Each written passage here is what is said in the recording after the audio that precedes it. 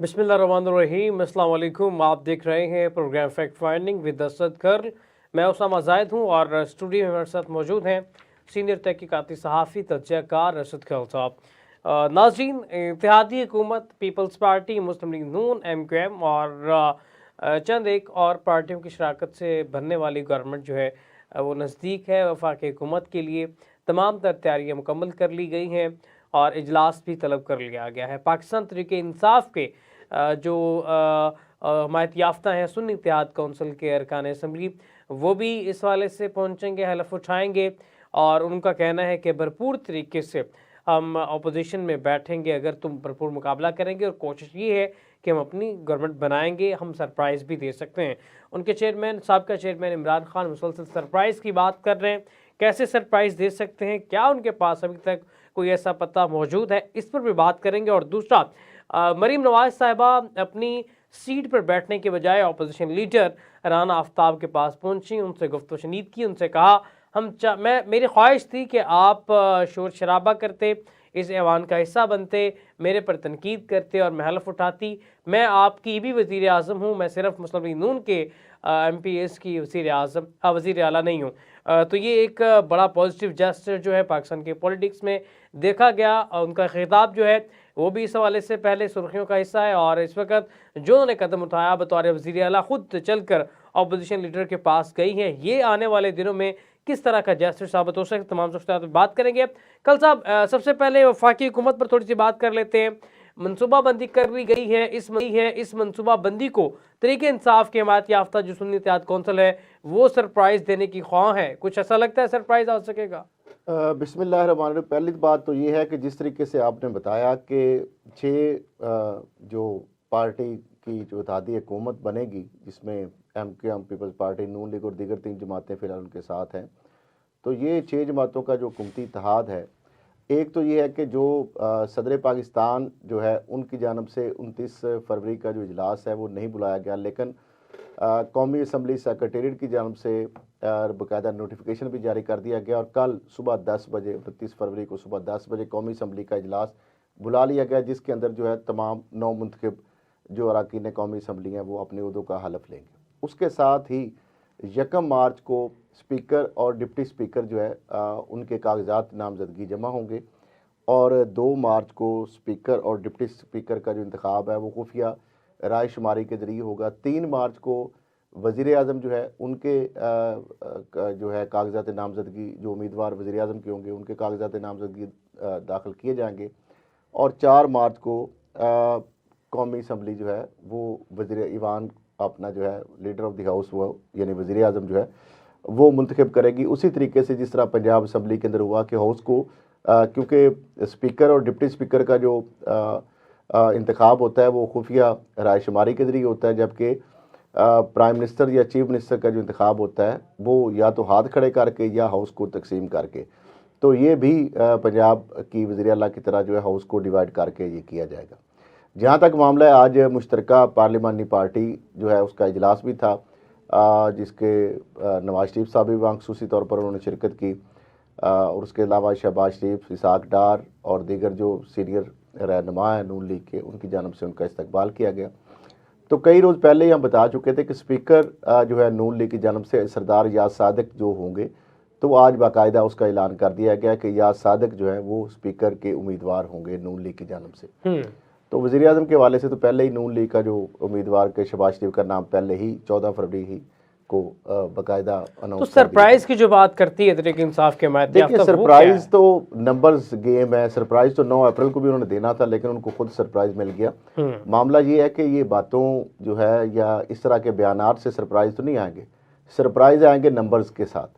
Number आपके पास नहीं है और वो सबके सामने है चीज़ें। दूसरी जानब जो उनके हिस्से की सीटें हैं अभी तक तो वो भी नहीं मिल पा रही, जो ख़वातीन की मखसूस नशिस्तें हैं और जो दीगर जो अक़लीती नशिस्तें हैं अभी तक वो भी इलेक्शन कमीशन को नहीं दे रहा। तो बाकी पार्टियां बल्कि पहुंची हुई हैं कि वो सीटें भी हमें दे दी जाए। तो ये सूरत हाल है। तो इस सूरत हाल के अंदर किस तरह आप कह सकते हैं कि वो सरप्राइज़ देने की पोजीशन में है। और दूसरा, कल साहब बतौर वज़ीर आला मरीम नवाज आज खुद उठ के अपोजिशन लीडर राना आफ्ताब के पास गई हैं, पहले उनका हमने खिताब सुना वज़ीर आला बनने के बाद, उन्होंने हल्फ लिया तो एक बड़ा ज़बरदस्त उनका बयानबाजी सामने आई। तो कहा यह जा रहा था कि सिर्फ खिताब के हद तक है, लेकिन आज वो खुद अपोजिशन लीडर के पास आई है। आने वाले दिनों में तरीके इंसाफ के लिए कुछ अच्छा नजर आ रहा है। ये बेसिकली फुटप्रिंट है, उसको उन्होंने फॉलो किया है। मोहतरमा साहिबा जब वज़ीर-ए-आज़म मुंतखब हुई थी तो वो भी जो नवाज शरीफ साहब के पास चल के गई थी और उन्होंने भी इसी तरीके से पेशकश की थी कि हमें हाउस में मिलकर इकट्ठे चलना है, और उस हवाले से उन्होंने अपनी तावन की यकीनदानी कराई थी। तो मैं समझता हूँ कि ये उनका जो जेस्चर था वो भी बहुत एक अच्छा था, लेकिन उसके बाद वो जेस्चर तो ज़रूर दिया, लेकिन नवाज शरीफ साहब और बेनज़ीर साहिबा जो है उनके हवाले से आपस में कोई इतना ज़्यादा नहीं देखने में आई कि जो कोई मिसाली उसको एक वर्किंग रिलेशन जो अच्छे जिनको आप कह सकते हैं। इसी तरीके से मरियम साहिबा जो है, बिल्कुल उनका पहली तकरीर के अंदर भी उन्हें अच्छा जेस्चर दिया कि वो सिर्फ अपने जो ट्रेजरी बेंचर जो है हुकूमती बेंचों पर बैठे हुए MPA की वज़ीर आला नहीं है, बल्कि वो जो अपोजिशन के हैं उनको भी उतनी ही उनके लिए भी उनके दरवाजे खुले हैं और हर वक्त उनके लिए भी वो कोशा होंगी। तो अब ये चीज़ें बयानात की हद तक तो ठीक है, अब मामला देखना है कि क्या इकदामात भी इस चीज़ की तौसीक करेंगे। लेकिन बहरहाल एक चीज़ आप देखें कि जब से वो वज़ीर आला बनी है उसके बाद मुसलसल वो फील्ड में आपको दिखाई दे रही। कभी वो थाना शालामार पहुँचती हैं, कभी वो व्यू हॉस्पिटल पहुँचती हैं, कभी जो है मुख्तलिफ उन्होंने जो मीटिंग्स ले रही हैं, ब्रीफिंग ले रही हैं और उसके बाद अमली इक़दामात कर रही हैं। बहुत सारे इक़दामात जो है बाकायदा, जिस तरह मैंने पाया पहले हमने सबसे खबर ब्रेक की थी कि जो रमज़ान रिलीफ पैकेज जो है राशन के हवाले से, जो फूड पैक्स हैं, उस हवाले से हमने बताया था कि बाकायदा वर्किंग भी कर ली गई है, डाटा भी तलब कर लिया गया और यकम रमज़ान से पहले पहले जो उन्होंने कहा था कि अवाम की दहलीज तक इस दफ़ा लाइनों में लगने के बजाय अवाम के जो मुस्तहिक लोग हैं उनके घरों में ये राशन बैग्स पहुंचेंगे। तो वो 70 लाख के करीब राशन बैग्स जो है उसके हवाले से वर्किंग कर ली गई है। 32-33 लाख जो है, तकरीबन 35 लाख के करीब वो पहले मरले के दौरान जो है फ़ेज़ 1 में वो घरों तक पहुंचेंगे और 15 रमज़ान से पहले फिर दूसरा जो फेज़ है उसमें मज़ीद फर्दर जो है इतनी तादाद के अंदर जो है उससे भी ज़्यादा वो फ्री वाईफाई का ऐलान भी किया उन्होंने। वाईफाई के हवाले से उन्होंने बात की थी, इस हवाले से भी मुख्तलिफ जो इंटरनेट कंपनीज़ हैं उनसे रब्ता किया जा रहा है। सेफ सिटी के हवाले से वो वहाँ पे उन्होंने दौरा किया, वहाँ पे उन्होंने जो ख़वातीन मुलाज़मीन उनके लिए हॉस्टल के क़याम का फौरी ऐलान किया।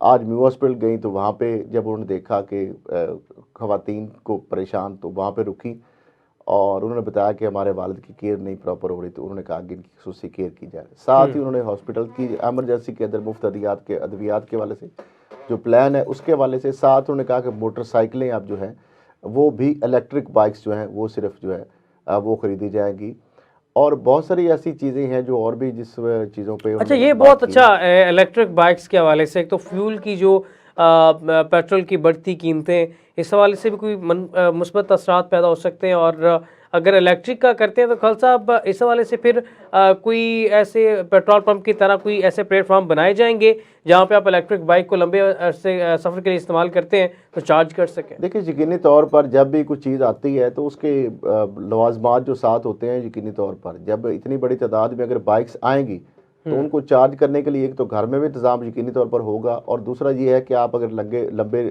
सफ़र पे जाते हैं तो रास्ते में भी पंप्स की तरह जो है चार्जिंग स्टेशन भी मौजूद होंगे।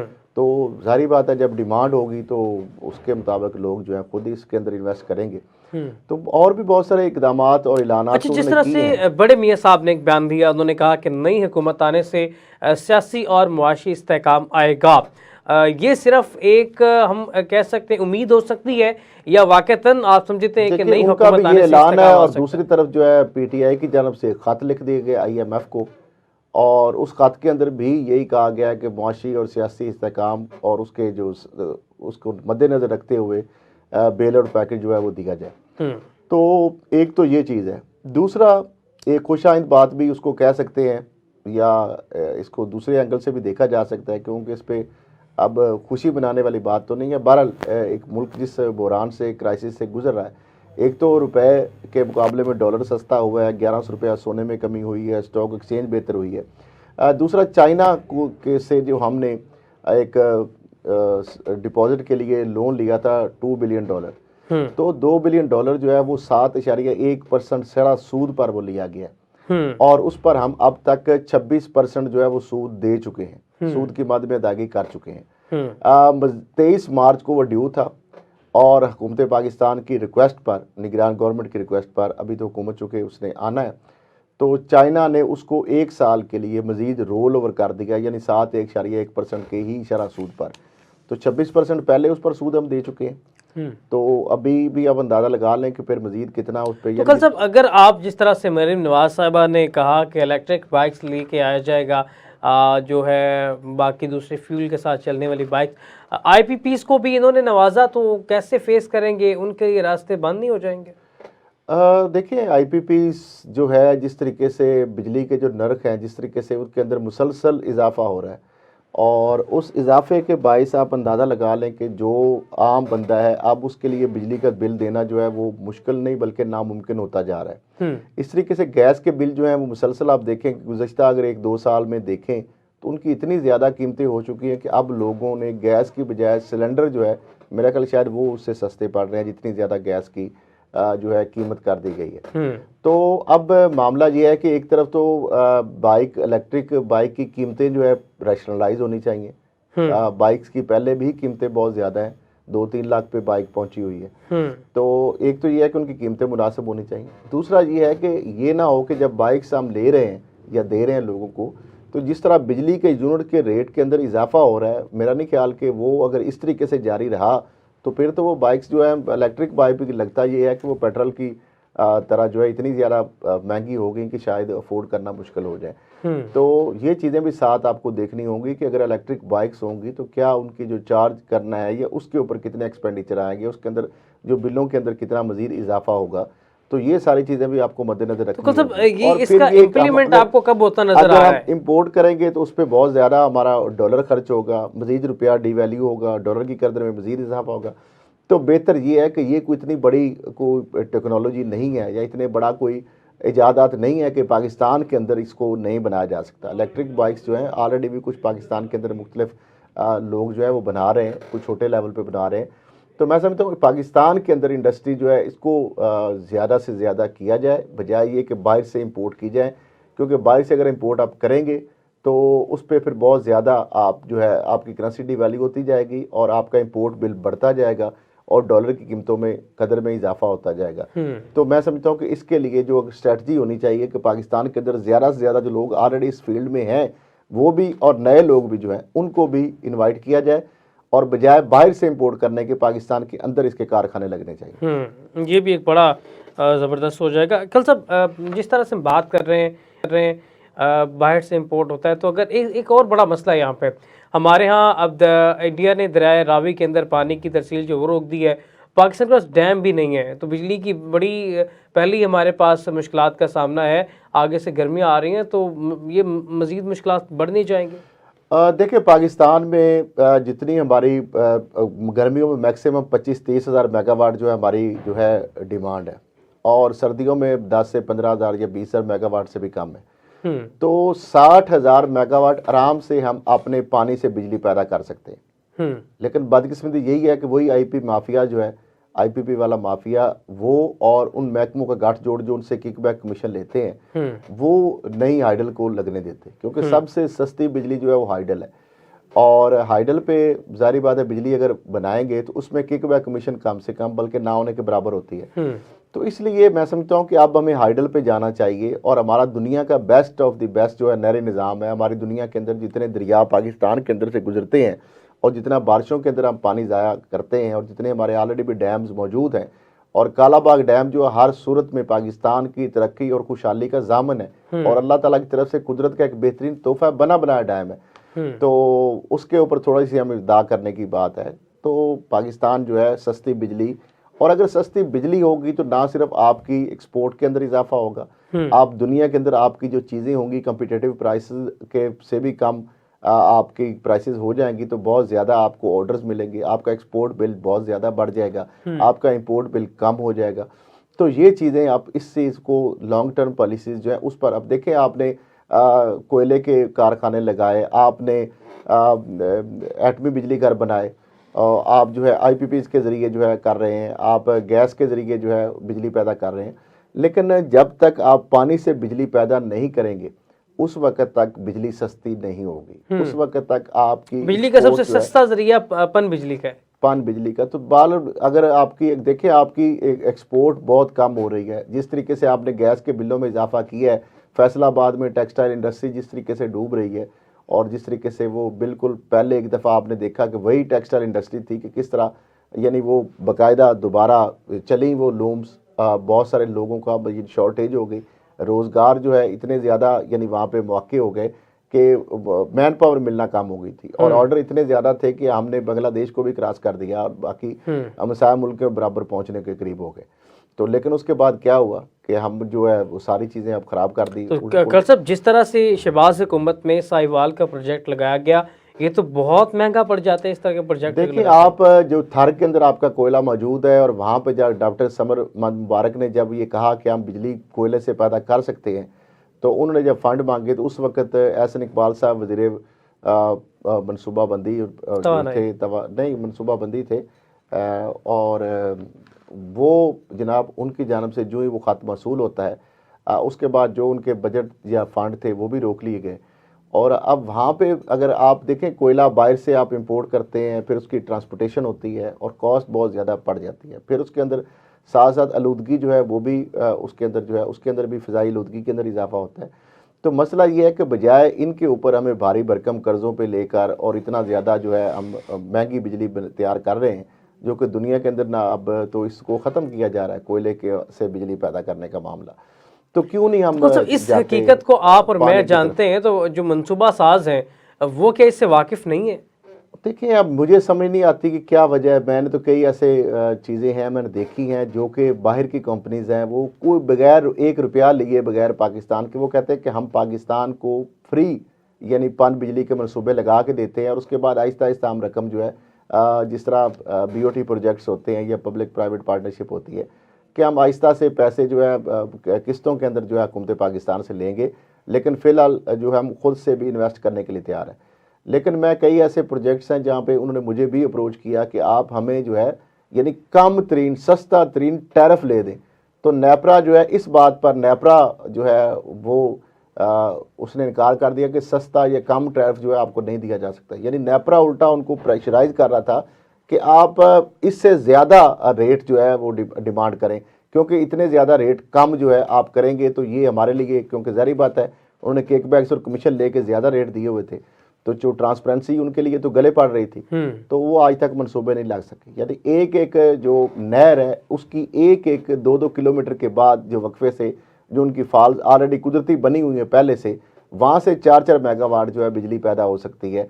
तो आप अंदाज़ा लगा लें कि एक कई 100 किलोमीटर की जो नहर है एक, जिस पर 1-2 किलोमीटर के बाद 4 मेगावाट बिजली बन सकती है, तो कई 100 कई हज़ार मेगावाट तो सिर्फ एक नहर से बिजली पैदा करने की कैपेसिटी मौजूद है। और आपकी इंटरनेशनल जो फर्म्स हैं, कैनेडियन फर्म्स भी हैं और भी मुख्तलिफ जो है हाइडल के वाले से जो एक्सपर्टीज़ हैं, तो वो बाकायदा उन्होंने अप्रोच किया, तो वो लगाने के लिए तैयार है, वो इंटरेस्टेड है।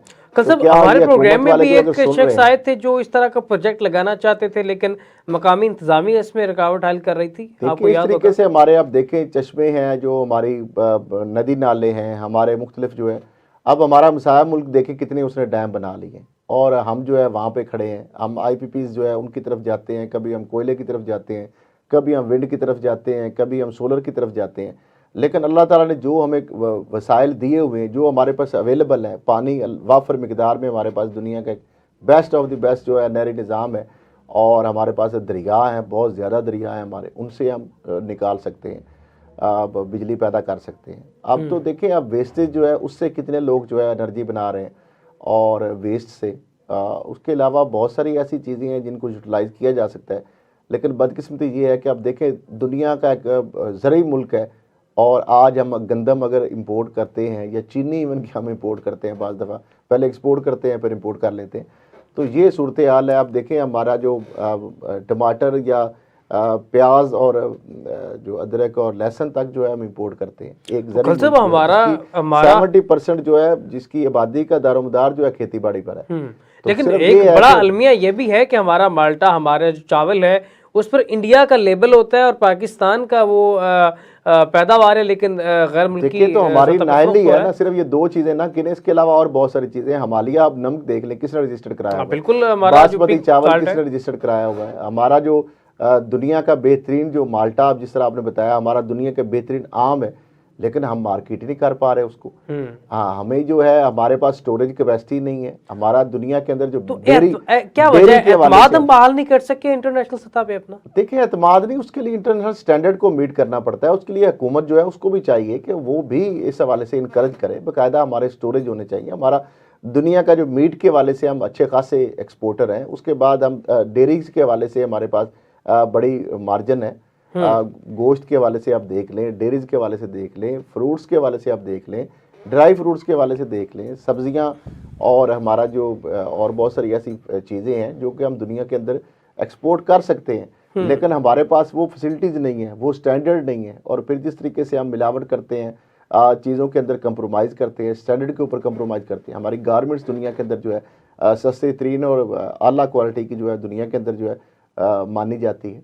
तो लेकिन क्या है कि हम आहिस्ता आहिस्ता जो चीज़ें हैं, बजाय हम एक्सपोर्ट करने के, हम उल्टा हमने इंपोर्ट करना शुरू कर दी। उसकी वजह ये है कि जब इतनी ज़्यादा उसकी प्रोडक्शन कास्ट ही इतनी ज़्यादा बढ़ रही है कि वो हम जो यहाँ पे तैयार करते हैं चीज़, अब वो महंगी है, और बाहर से जो हम इंपोर्ट करते हैं वो ड्यूटीज़ दे के भी चीज़ें हमें सस्ती पड़ रही हैं। तो ये हुकूमत को सोचना होगा कि ये किस तरीके से चीज़ें आगे फिर चलेंगी। अगर इसी तरह चलता रहा काम, तो फिर तो मामला जो आगे नहीं चल सकेंगे। उससे तो ना गुर्बत में कमी होगी, ना बेरोज़गारी का खात्मा होगा, और ना ही आपकी मईशत जो है उसके अंदर इस्तेकाम आएगा, और ना ही गरीब आदमी जो है उसको सुख और चैन जो है उसको नसीब हो सकता है, नसीब होगा। ठीक है खल साहब, इस तमाम सूरत हाल पर बात करते हैं। सुन्नी इत्तेहाद कौंसिल ने मखसूस नशिस्तें नहीं चाहिए, ये कहा है चीफ इलेक्शन कमिश्नर ने, ये कहा है। और सुन्नी इत्तेहाद कौंसिल के जो साहबजादा हमद रज़ा हैं, उन्होंने क्या गुफ्तगू की है, इस तमाम सूरत हाल पर बात करते हैं। लेते हैं छोटी सी ब्रेक, और ब्रेक के बाद दोबारा हाजिर होते हैं। वेलकम बैक नाज़रीन, जिस तरह से गुफ्तगू जारी थी, एक और सुन्नी इत्तेहाद कौंसिल अपनी मखसूस नशिस्तें नहीं लेना चाहती, चीफ इलेक्शन कमिश्नर ने यह बयान दिया। और दूसरी तरफ साहबजादा हमद रज़ा ने कहा कि इस तरह का कोई बयान नहीं दिया हमने, हम क्यों चाहेंगे कि हमें मखसूस नशिस्तें नहीं चाहिए, हम ऐसा क्यों बयान देंगे। मीडिया चौक में उन्होंने कहा कि गलत बयानी से काम लिया जा रहा है, इस तरह का कोई बयान ऑन द रिकॉर्ड मौजूद नहीं है कि हमने कहीं ऐसा कहा हो कि हमें मखसूस नशिस्तें नहीं चाहिए। खल साहब, ये क्या मामला है? चीफ इलेक्शन कमिश्नर यहाँ पे कह रहे हैं कि सुन्नी इत्तेहाद कौंसिल को मखसूस नशिस्तें नहीं चाहिए। साहबजादा हमद रज़ा ने प्रेस कॉन्फ्रेंस कर डाली है, वो कहते हैं कि ये तमाम तर जो बयानात हैं ये झूठ का पलंदा मामला ये है कि 26 फरवरी को वो लेटर टीएल पे भी मौजूद है, ट्विटर पे, मेरी टाइमलाइन पे भी 26 फरवरी को एक लेटर लिखा था जिसमें सुन्नी इत्तेहाद कौंसिल की जानब से इलेक्शन कमीशन को, और उसमें ये कहा गया था कि हमने चूँकि सुन्नी इत्तेहाद की जानब से, कौंसिल की जानब से कोई इलेक्शन के अंदर बाकायदा हिस्सा नहीं लिया इस प्लेटफार्म से, तो इसलिए हमारी ये नशिस्तें नहीं बनती। अब वो बेसिकली जब इलेक्शन कमीशन ने सारी पार्टियों को भेजा था तो उनको भी एक ख़त भेजा था, उस खत के जवाब के अंदर उन्होंने बात की थी। और ये बात तो फैक्ट है कि सुन्नी इत्तेहाद कौंसिल के प्लेटफार्म से तो इलेक्शन नहीं लड़ा गया।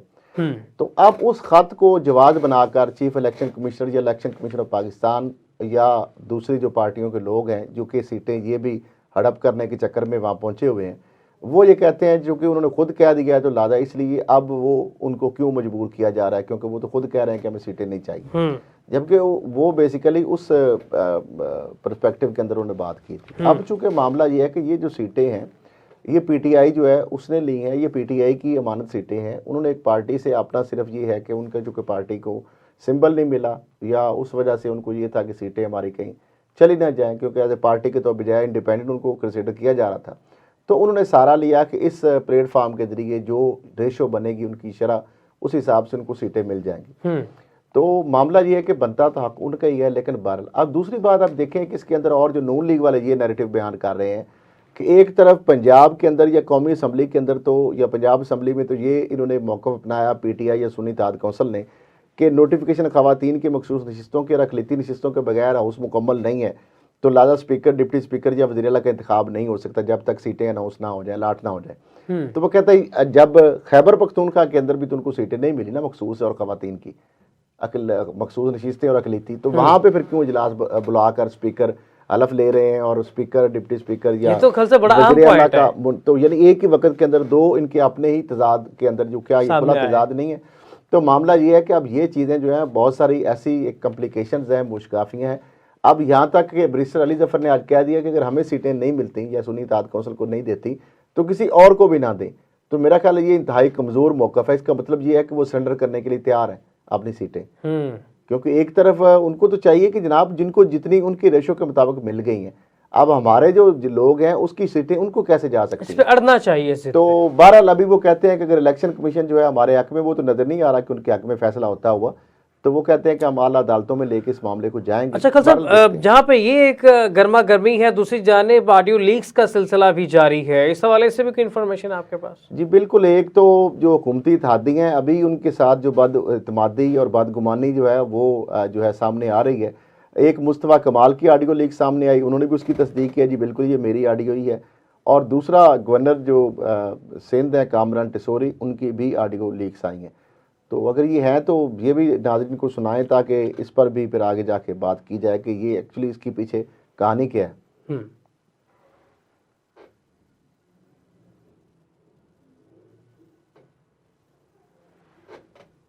करते करते उनकी कई दौर हो चुके थे। फिर हमें रात में किसी बहर बुलाया गया मीटिंग करने के लिए पीएमएलए नॉर्म से। तो हम मीटिंग कर रहे हैं, जब वहां पे गए तो ऐसा लगता है कि जब हम जो है कमरा खोलकर घुस गए बस कमरे में, जब आप नजर आ जाते हैं कमरे में तो बोला चलो जो बैठ भी जाओ। तो कोई मूड नहीं था हमसे मीटिंग करने का, वो तो स्टेक ऑफ जो है वो एक वहां में हमने इंगेज कर लिया है, इस हवाले से मीटिंग हुई। और उस 15 मिनट उस 40-45 मिनट की मीटिंग हुई हमारी। उन्होंने कहा कि आपके बाद अभी दोबारा हमें पीपल्स पार्टी वालों से मिलना है। तो हमने पूछा भाई क्या तय हुआ आपका पीपल्स पार्टी से? तो उन्होंने कहा सब चीजें कॉन्फिडेंशियल है, हमारे लिख के बात हुई उनसे। दो चीजें आपको बता देते हैं कॉन्फिडेंशियल होने के बावजूद। एक वो ये कह रहे हैं कि आपका मैंडेट 100% जाली है, हमारा सबका 60% होगा, 50% होगा, हमारा पीपल्स पार्टी कह रही है, पीएमएल कह रही है कि पीपल्स पार्टी कह रही है कि हमारा 100% मैंडेट जाली। कॉन्फिडेंशियल में सारी बातें नहीं बताई, ये वाली बात बताई हमें कि हमारा 100% मैंडेट जाली है। दूसरा ये बताया कि हमारे नंबर पूरे हैं, पीपल्स पार्टी वाले कह रहे हैं कि पीएमएलएन और पीपल्स पार्टी मिलाकर नंबर पूरे हैं, तो एमक्यूएम को बाहर निकालने की जरूरत नहीं है। अब ये पता होना चाहिए हमें ना कि भाई हमें कल को हमारी को बात अगर कोई नहीं सुन रहा, नहीं माने जा रही, तो पता होगा कि मूड क्या है, ये पता होना, मेरा ख्याल है पता होना चाहिए इस वाली बात को सबको, कि उनके नंबर पूरे हैं, उनके नंबर पूरे हैं। और पीपल्स पार्टी का ये सरार है कि भाई एमक्यूएम की जरूरत नहीं है। ये दो बातें उन्होंने हमें पहली मीटिंग में बताई। हमने उनको जवाब नहीं दिया, हमने नहीं जवाब दिया, हमको हमारे पास सारे जवाब थे सब लोगों के पास। तो कहते भाई आप अपने तो लोग ये भी कह रहे हैं कि एससीपी पार्टी मौजूद है, उन्हीं की तरफ हमारा इशारा था कि उनका 200% जारी है, यदि जिनको रात में और दिन में मिला के भी नहीं मिला, दूसरे दिन मिला है, तीसरे दिन जाके वो 200% वाले। तो ये बात भी हमने बड़ी क्लियरली उनको समझा दी। अब फैसला ज़ाहिर राब्ता कमेटी ने, खालिद भाई ने, हम सब ने मिलकर करना है कि हम किस हद तक उनके प्रेशर में आते हैं। प्रेशर उनका सिर्फ एक है, वो ये कि जाहिर है दोनों पार्टियां आपस में मिली हैं, उनके नंबर पूरे हो गए और उनको उन्होंने सदर पाकिस्तान का अहदा दे दिया है, चेयरमैन सेनेट दे दिया है, 2 गवर्नर दे दिए हैं।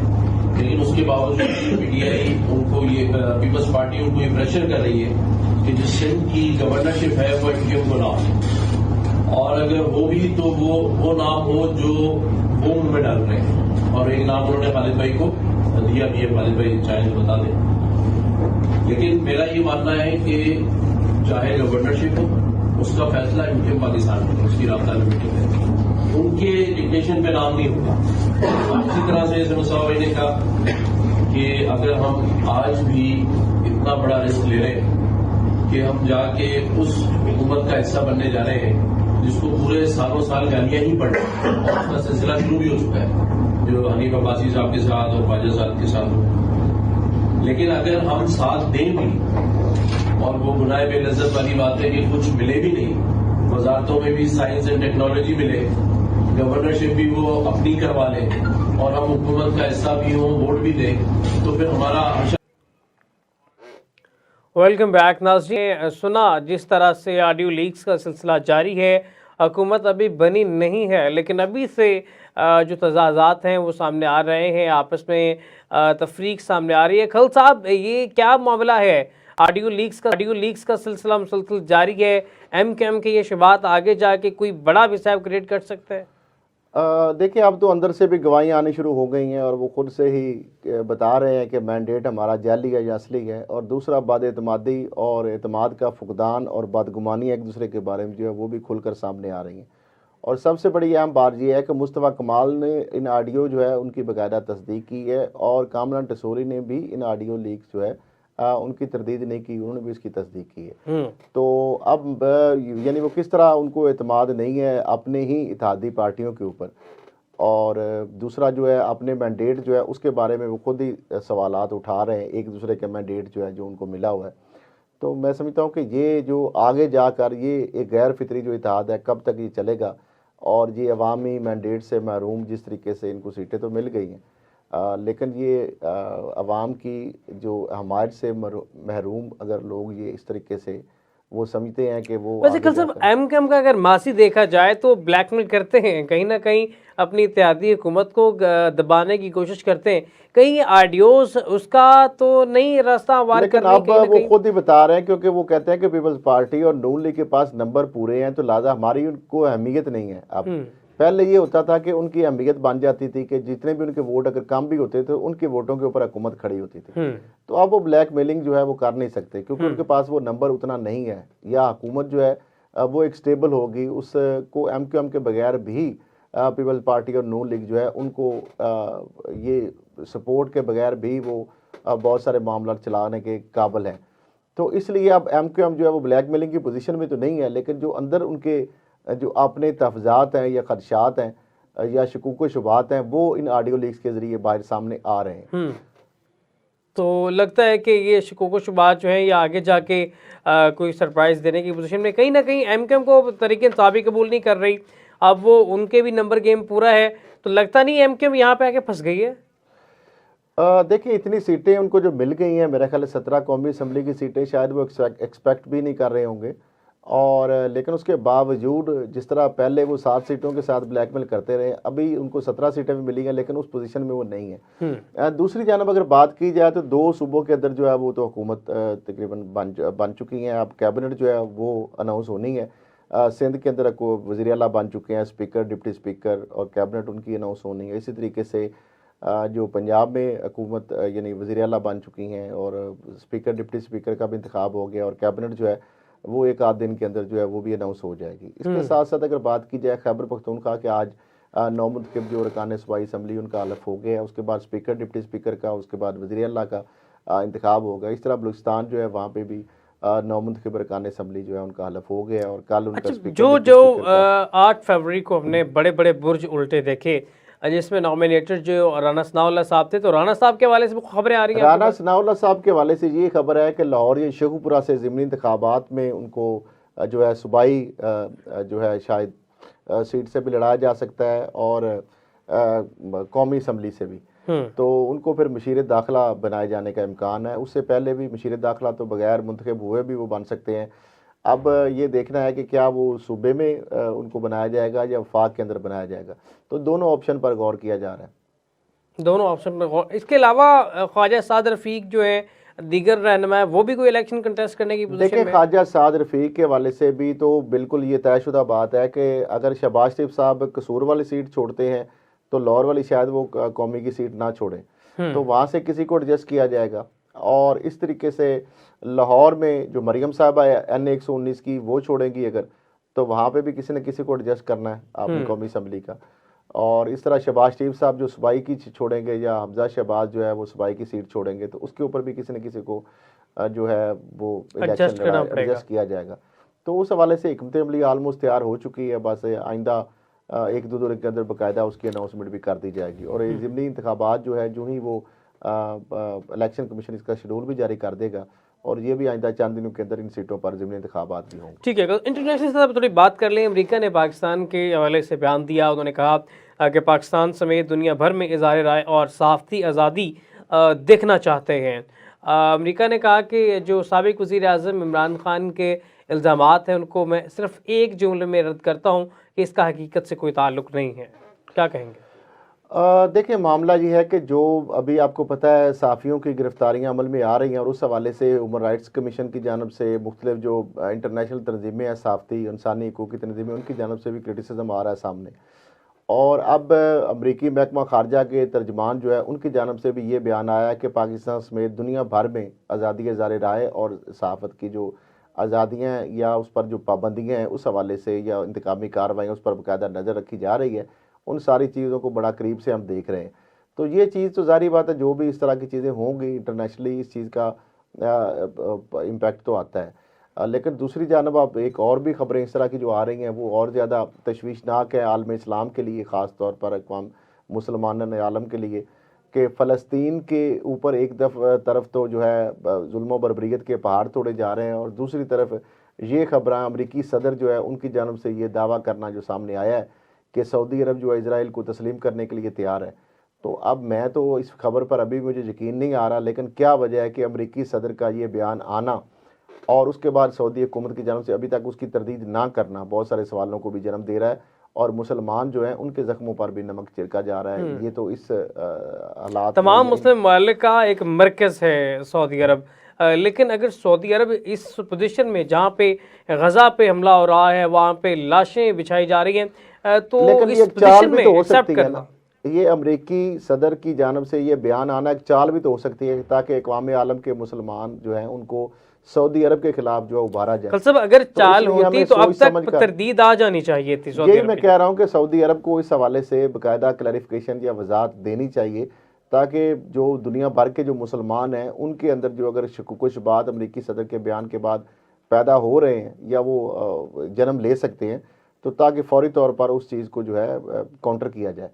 तो इस पे मैं समझता हूँ कि अब सऊदी हुकूमत को फौरी तौर पर इस पे वजाहत करनी चाहिए। ठीक है। कल सब एक तो ये जहाँ पे इस तरह की खबरें, दूसरी जानिब आर्मी चीफ ने ASP सैयदा शहरबानो नकवी को शाबाश दी है और इनाम का ऐलान भी सुनने में आया है। जो SP साहिबा ने भीड़ में एक खातून को रेस्क्यू किया और उन्होंने एक इंटरनेशनल न्यूज़ चैनल को इंटरव्यू देते हुए ये इज़हार किया कि दुकान से गाड़ी तक का सफ़र बहुत छोटा था लेकिन बहुत तलख और बड़ा ख़तरनाक सफ़र था, लेकिन मैंने तय किया और जान बचाई और अपनी जान पे खेल के ये कारनामा सर देखिए इस तरह का जो हालात होते हैं कि एक मॉब होता है उसकी एक साइकी होती है कि वो तो जाहिर बात है उसको कन्विंस करना बहुत मुश्किल होता है और एक जिस तरीके से एक हाइप क्रिएट हो गई और सबसे बड़ी जो खतरा था, सामने एक दुकान थी, टी स्टॉल था और वहाँ पे गैस सिलेंडर जो था वो सिलेंडर भी था और वो चल रहा था। अब पुलिस को ये था कि चूंकि दुकान के अंदर उसको बंद किया हुआ था लड़की को और बाहर बहुत बड़ा मॉब था और वो जो उसने लिबास पहना हुआ था वो तशबीह उसको दे रहे थे कि शायद वो जो है उसके ऊपर अरबी है और अरबी की कुछ ऐसे मुकद्दस कुरानी आयात जो हैं वो शायद लिखी हुई हैं। हालांकि ऐसी कोई बात नहीं थी और ये सऊदी अरब का ही ब्रांड है और उसके अंदर कोई ऐसी बात बाद में साबित भी नहीं हुआ कि कोई ऐसी कोई आयत से तशबीह वगैरह नहीं थी, सिर्फ एक डिज़ाइन था। तो बहरहाल जिस तरीके से उन्होंने अपनी जान को ख़तरे में डाला, ना सिर्फ उसकी जान बचाना बल्कि उनको अपनी भी जान के जो है मेरे ख्याल लाले पड़ गए थे जब वो बाहर लेके आई थी और मॉब को किस तरीके से, जिस तरह उन्होंने बताया कि इंतहाई कम सफ़र था लेकिन बड़ा कठिन और मुश्किल सफ़र था। तो अब यही हिकमत अमली होती है एक अच्छे पुलिस ऑफिसर की कि वो इन हालात को मद्देनजर रखते हुए किस तरीके से उन्होंने यानी उसकी जान बचाई, मॉब जो है उसको रिएक्शन भी नहीं हुआ और उनकी अपनी जान भी उन्होंने बचाई, अपने साथियों की, पुलिस वालों की भी जान बचा कर उनको बाहिफाजत वहाँ पे पहुँचाया। अब उस पर ना सिर्फ पुलिस है, उनकी जानब से भी उनको कायदे आज़म पुलिस जो है मेडल के लिए रिकमेंड किया गया है और सिफारिश की गई है उनके लिए। दूसरी तरफ चीफ ऑफ आर्मी स्टाफ जो है उनकी जानब से भी उनको बुलाकर बाकायदा शाबाश दी गई है। और यही देखें एक पेशा वराना जो पुलिस अफसरान है अगर वो अच्छा काम करेंगे तो देखें हमारा मुआशरा जो है किस तरीके से उसको अप्रिशिएट करता है, ना सिर्फ इदारों की हद तक बल्कि आवाम के अंदर जो पजीराई उनको मिली है वो भी मेरा नहीं ख्याल इससे पहले जो है, वरना पुलिस का एक नेगेटिव इमेज अपनी जगह पे है लेकिन अगर वो अच्छे काम को पुलिस अफसरान करते हैं तो उसको पूरा मुआशरा, पूरी सोसाइटी, तो मेरे ख्याल में खालिद साहब ये भी हम कह सकते हैं कि अगर पुलिस अफसरान इस तरह से पॉजिटिव रोल अदा करना शुरू कर दें तो जो एक नेगेटिव छाप है एक इदारे पर तो ख़त्म किया जा सकता है। जी बिल्कुल, क्यों नहीं। अगर हर पुलिस अफसर जो है वो और ख़ातून अफसर, जारी बात है नॉर्मली ये तस्वर किया जाता है शायद कि मर्द जो है वो इस तरह के हालात पर ज़्यादा अच्छे तरीके से काबू पा लेते हैं और ख़वातीन जो हैं शायद वो इन चीज़ों पर कंट्रोल नहीं कर सकती, तो वो भी उन्होंने मेरा ख्याल है डिस्क्रिमिनेशन जो है उसके असर को भी काफ़ी हद तक उन्होंने ज़ाहिर किया है, तासर को, कि ख़वातीन पुलिस ऑफिसर हों या मर्द हों, कोई फ़र्क नहीं होता।